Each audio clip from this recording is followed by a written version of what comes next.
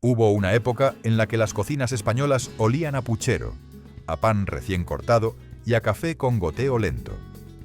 Todo se hacía sin prisa y con las manos, sin recetas escritas ni aparatos modernos. Detrás de cada plato había un truco, un secreto o una costumbre que se fue perdiendo con el tiempo. Hoy descubrirás 20 secretos de la cocina española que casi nadie recuerda. Quédate hasta el final, porque te espera una sorpresa que te va a despertar más de un recuerdo. Sofrito lento. El sofrito es la base de gran parte de la cocina española. Se prepara con cebolla, ajo, pimiento y tomate, siempre en aceite de oliva. Las abuelas lo cocinaban a fuego muy bajo para que los ingredientes se caramelizaran sin quemarse. El secreto estaba en la paciencia. Un sofrito hecho con prisa pierde sabor y dulzura. Al cocinarlo despacio, el tomate se reducía y la cebolla se volvía casi transparente.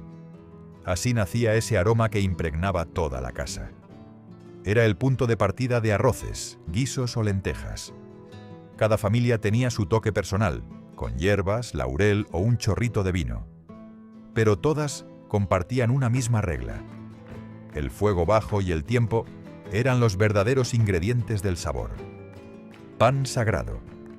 En la cocina española el pan siempre tuvo un valor especial. No era solo alimento, era símbolo de respeto y sustento diario.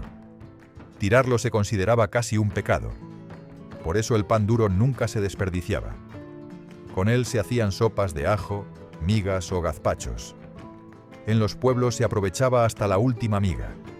Se cortaba en trozos pequeños y se dejaba remojar con agua, aceite y ajo. Así nacían platos humildes que alimentaron a generaciones enteras. También se usaba para postres. Las torrijas se hacían con pan del día anterior, leche, azúcar y canela. Convertir las sobras en dulzura era una muestra de ingenio. El pan duro recordaba que en las casas de antes no se tiraba nada. Todo tenía un nuevo propósito.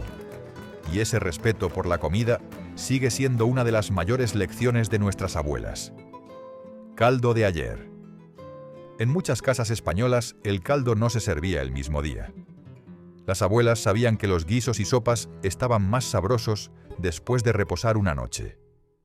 Al enfriarse, la grasa se solidificaba y los sabores se unían con más fuerza.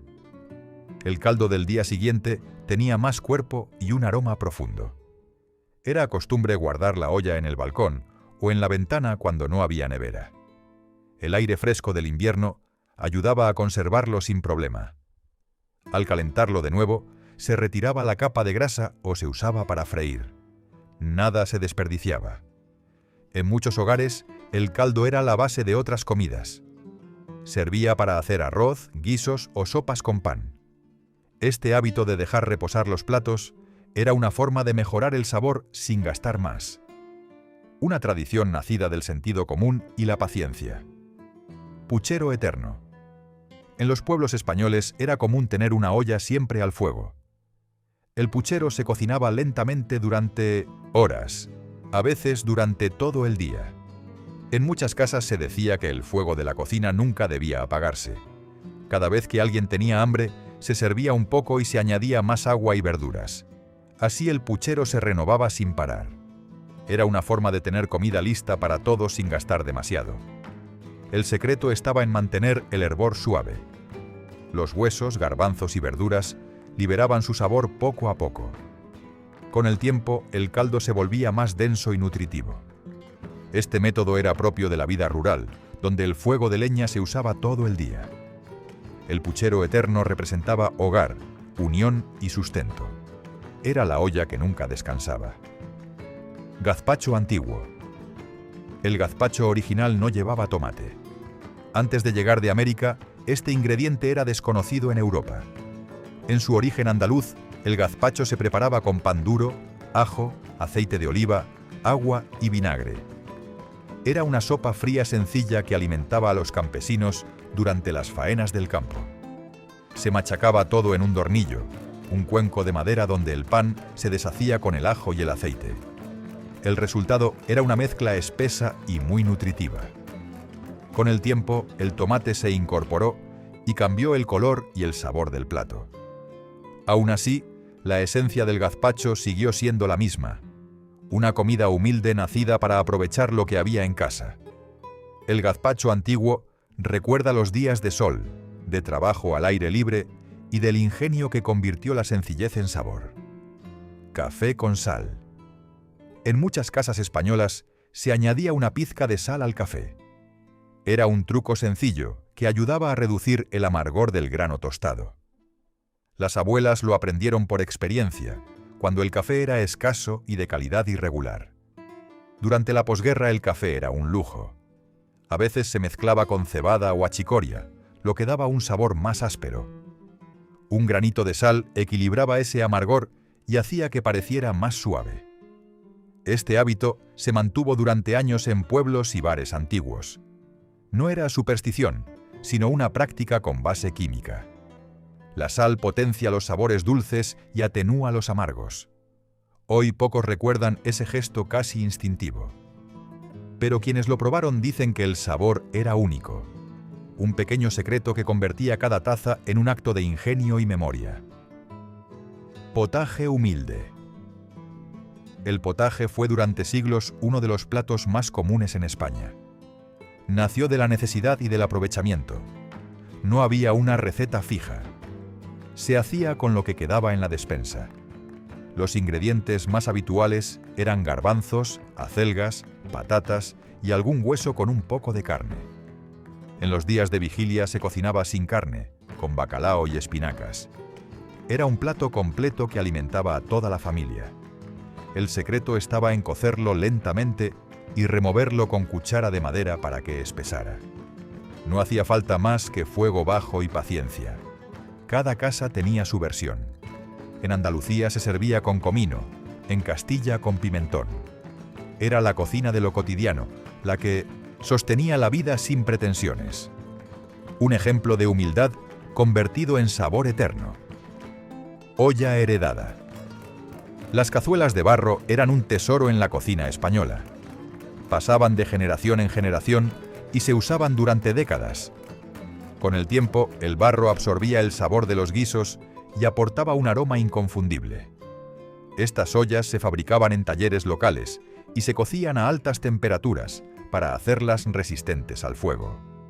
Su superficie porosa ayudaba a mantener la temperatura estable y a repartir el calor de forma uniforme. En ellas se cocinaban lentejas, alubias o bacalao con tomate. Muchos decían que el mismo plato sabía distinto si se hacía en una olla nueva. Era cierto. El barro viejo concentraba los recuerdos y la historia de cada familia. Cuando las ollas se agrietaban, no se tiraban. Se remendaban con alambre o se usaban para las brasas. Eran parte de la memoria viva de la cocina española. Bacalao de pobres. Durante siglos, el bacalao fue un alimento básico en la cocina española. Su éxito se debía a que podía conservarse salado durante meses sin necesidad de refrigeración. En tiempos de escasez, era una de las pocas fuentes seguras de proteína. Durante la posguerra, el bacalao salado se convirtió en un ingrediente imprescindible.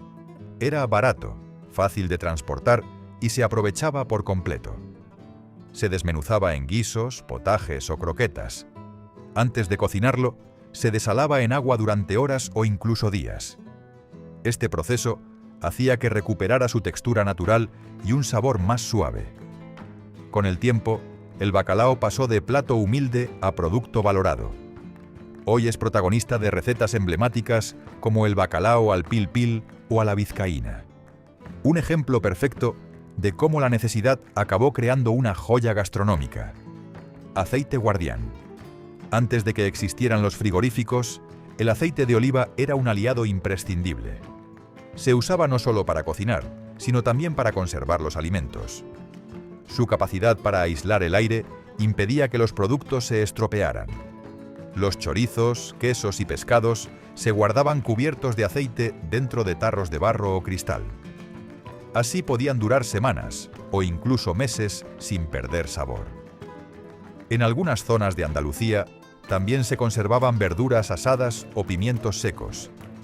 El aceite actuaba como una barrera natural contra la humedad y las bacterias. Además, daba un sabor característico a todo lo que tocaba. Este método tradicional fue esencial en la España rural. Representaba ingenio, aprovechamiento y respeto por los recursos. El aceite era el guardián silencioso de la despensa, un símbolo de vida y sustento mediterráneo. Si ya te has acordado de alguno de estos secretos, suscríbete al canal para no perderte ninguna de las historias que contamos. Vino cocinero. El vino siempre ha tenido un papel especial en la cocina española. No se usaba solo para brindar, también para dar sabor y aroma a los guisos. Las abuelas aprovechaban los restos de vino que se habían avinagrado para cocinar. Un chorrito de vino tinto realzaba la carne o el estofado. El blanco se usaba para pescados, salsas o platos con pollo. El alcohol se evaporaba con el calor y dejaba un gusto profundo que transformaba los ingredientes más simples. En muchas casas rurales el vino era casero. Provenía de viñas familiares o de algún vecino que lo compartía en garrafas. Nada se tiraba, todo se aprovechaba. Añadir vino a la comida era una forma de celebrar incluso los días normales. Convertía cada guiso en algo festivo y recordaba que la cocina también podía ser alegría. Cucharas medidoras. Antes de que existieran las básculas de cocina, las abuelas medían los ingredientes con cucharas. Todo se calculaba a ojo, pero con una precisión sorprendente. Una cucharada rasa, una colmada o un chorrito eran medidas universales que todo el mundo entendía. Las recetas se transmitían de memoria o de palabra. No había libros ni cantidades exactas.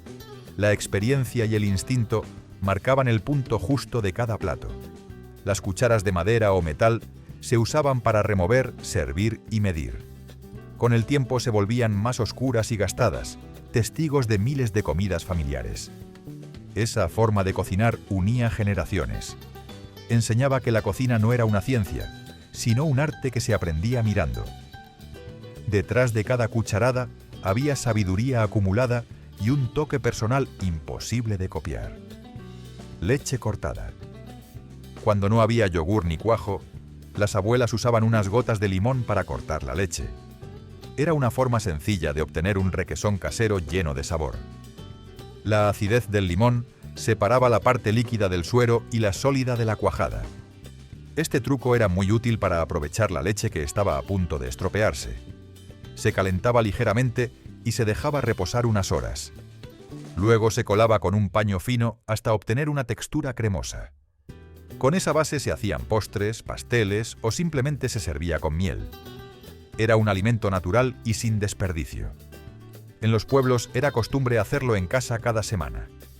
La leche cortada no era un fallo, era una oportunidad. Un ejemplo más de cómo la necesidad y la creatividad iban de la mano en la cocina española. Sobras maestras.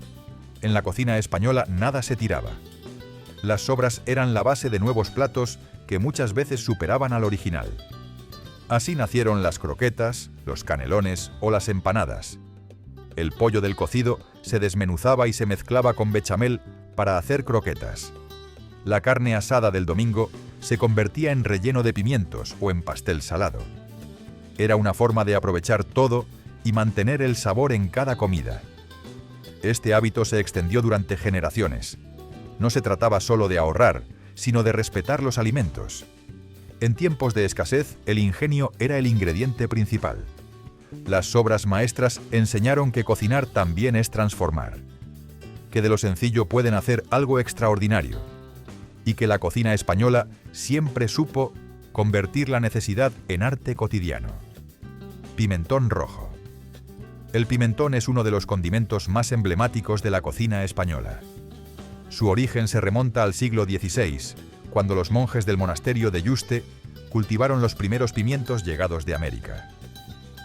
En La Vera, en Cáceres, se comenzó a secar el pimiento con humo de encina, dando lugar al famoso pimentón ahumado. Durante décadas fue un producto muy valioso. Se usaba para dar color y sabor a chorizos, guisos y sopas. Bastaba una pequeña cantidad para transformar cualquier plato. En las casas se guardaba en frascos cerrados, lejos de la luz, como si fuera oro rojo. En Murcia se producía una versión más dulce y perfumada, mientras que en Extremadura dominaba el toque ahumado. El pimentón representaba identidad y territorio, un ingrediente humilde convertido en símbolo de la cocina española más auténtica. Horno apagado. En muchas casas españolas, el horno no se apagaba del todo después de cocinar.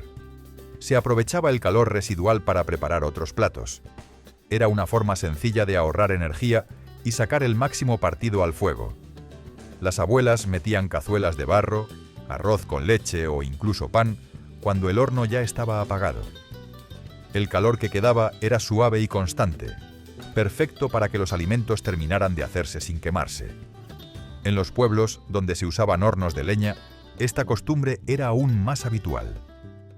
Tras cocer el pan, el horno seguía caliente durante horas.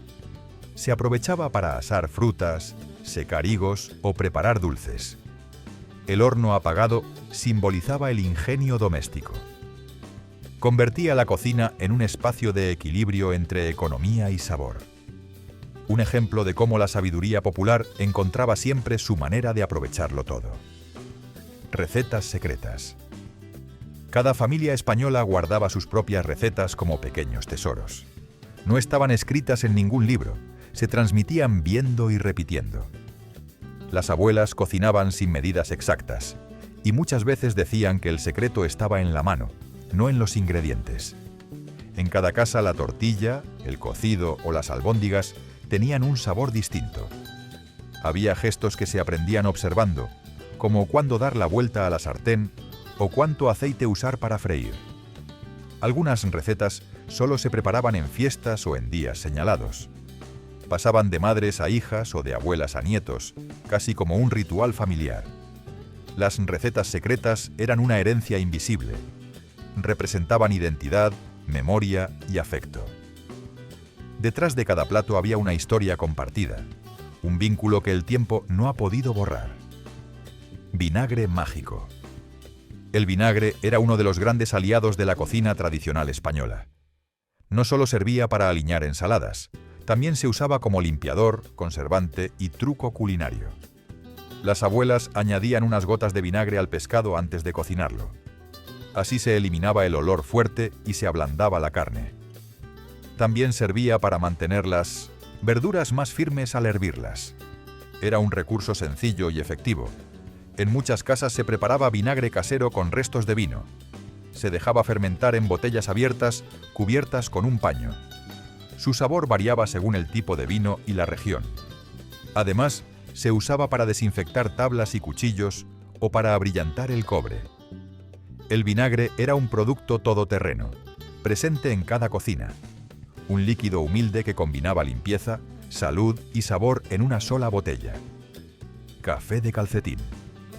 Antes de que las cafeteras modernas llegaran a todos los hogares, el café se preparaba con un colador de tela. Era una bolsa alargada sujeta a un aro metálico que muchos llamaban calcetín. Con él se conseguía un café suave, sin pozos y con un aroma intenso. Este método se usó en España durante gran parte del siglo XX, especialmente en los bares y hogares rurales. El colador se lavaba después de cada uso y se reutilizaba durante meses. Con el tiempo, la tela tomaba un color oscuro y un sabor característico. Aunque hoy parece algo rudimentario, el café de calcetín era una pequeña ceremonia diaria. Representaba sencillez y cercanía. En muchas cocinas, el olor a café recién colado marcaba el inicio de la mañana y el ritmo tranquilo de la vida cotidiana. Nevera natural.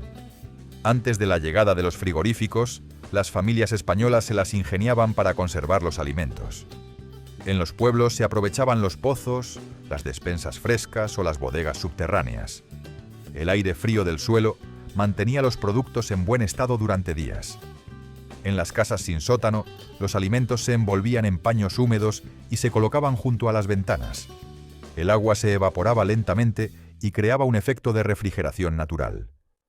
También se usaban tinajas de barro con agua, donde se guardaban leche, frutas o embutidos. En zonas de montaña, la nieve se almacenaba en pozos naturales llamados neveros. Servía para enfriar bebidas o conservar carne en verano. Estas técnicas fueron el origen de nuestras neveras modernas. Ingenio, observación y respeto por la naturaleza.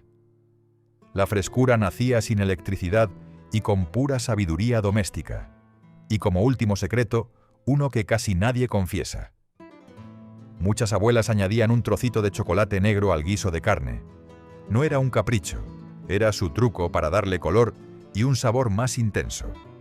Un detalle mínimo que cambiaba todo el plato. Y que, como muchos otros, jamás aparecía escrito en ninguna receta. Cuéntanos en comentarios. ¿Conocías alguno de estos secretos? Nos encantará leerte. Si te gustó este viaje por la cocina de antes, suscríbete al canal para seguir descubriendo la memoria y el sabor de España.